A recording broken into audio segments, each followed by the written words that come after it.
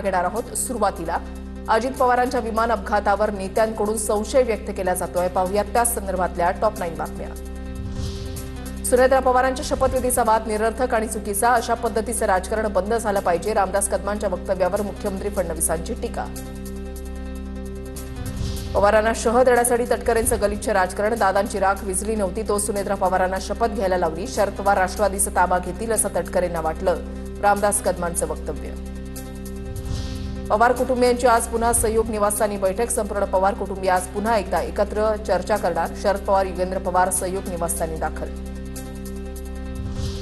अजितदादांच्या विमानामध्ये बॉम्ब होता का हे तपासलं पाहिजे, पहिला स्फोट हवेतच झाल्याचं दिसतंय।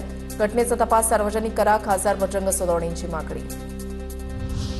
बजरंग सोनवणेंकडे पुरावे आहेत का, बजरंग सोनवणेंच्या वक्तव्यावरून छगन भुजबळांचा सवाल। अजितदादांच्या विमानामध्ये बॉम्ब होता का तपासा, बजरंग सोनवणेंनी केली होती मागणी। कोणाला कशाचाही संशय येऊ शकतो, संशय व्यक्त करणं हा प्रत्येकाचा अधिकार, बजरंग सोनवणेंच्या वक्तव्यावर जितेंद्र आव्हाडांची प्रतिक्रिया। अजितदादांच्या विमानामध्ये बॉम्ब होता का हे तपासा, बजरंग सोनवणेंनी केली मागणी। पुणे सीआयडीकडून विमान अपघात प्रकरणाची चौकशी सुरू, अजितदादांचे ओएसडी अनिल ढिकलेंचाही जबाब नोंदवला जाणार। याआधी दादांचे खासगी सचिव अविनाश सोलवटांचा जबाब नोंदवला। अजित पवारांच्या विमान अपघात प्रकरणामध्ये क्लीन चिट देऊ नये, अपघाताची सखोल चौकशी व्हावी, हर्षवर्धन सपकाळे यांची मागणी। तर चौकशी सुरू आहे, क्लीन चिट मिळण्याचा प्रश्नच येत नाही, पंकज भोयर यांचं उत्तर।